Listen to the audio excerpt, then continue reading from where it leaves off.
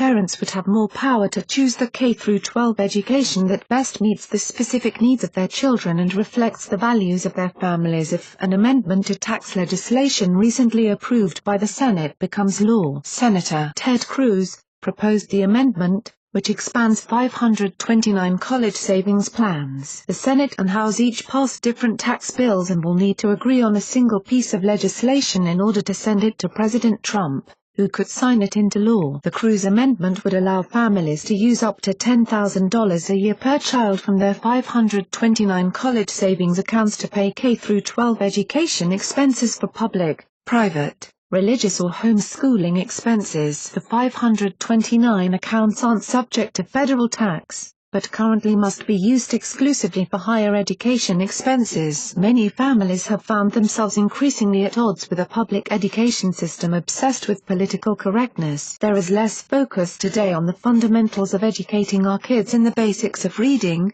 writing and math, and more on indoctrinating children with a calculated political agenda aimed at hijacking young minds and making extreme social policies the societal norm in our schools and communities. The Cruz amendment would be a game changer for families that have felt the public school system has grossly overstepped and seized control of the role of parents. Many parents feel as if they have no recourse due to financial constraints. Private school costs money and homeschooling costs both time and money. In families where both parents work, homeschooling isn't even an option. But giving families the option to save tax-free for K-12 education expenses gives them hope and a choice. It gives them their power back. In May 2015, the school board in Fairfax County, Virginia, the 10th largest school district in the U.S., voted to add gender identity to its non-discrimination policy. There was virtually no public input beforehand and no parental notification that this change was about to happen until it was too late. There was no partnering with parents and absolutely no willingness to hear from the moms and dads of the kids that this change would affect. In fact, it was just the opposite. The school board essentially rammed the policy change through.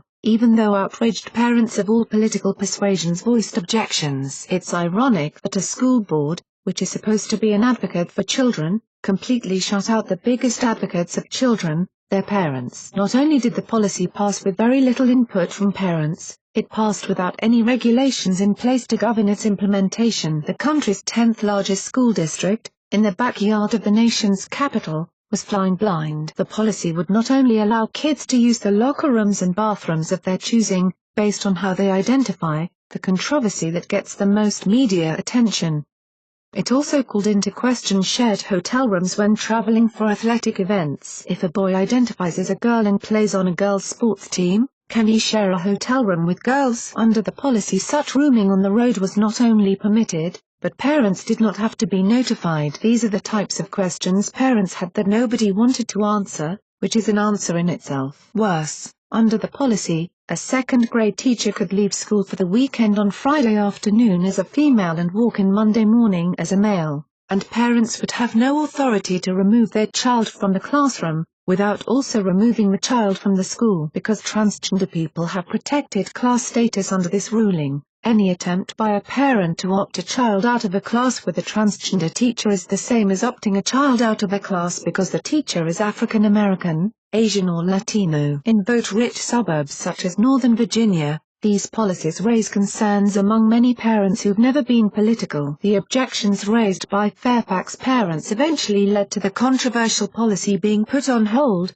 for now. So the Cruz amendment couldn't come along at a better time. The amendment is a huge win for families and a huge wake-up call for politically correct politicians on local school boards with extreme social agendas. If parents no longer feel they are held hostage to a system that doesn't value their role, and they use their 529 savings for an education option where they are respected and heard, that means less government funding for local schools. This is where extreme overreach of an extracurricular political agenda, which has no business driving decisions made on behalf of our kids, slams into a brick wall of fiscal reality. The Washington extremists know this too, Which is why Vice President Mike Pence had to come to Capitol Hill to cast the tie-breaking vote on the Cruz amendment. Why would you not want parents to choose what to do with their money for their kids? Sen. Cruz's amendment empowers parents who may not otherwise have options. This puts the power back in the hands of parents to choose what's best for their families and gives them the final say when it comes to their kids' education. There's no one-size-fits-all approach that's best for every child. Quite simply, the Cruz amendment puts parents back in charge.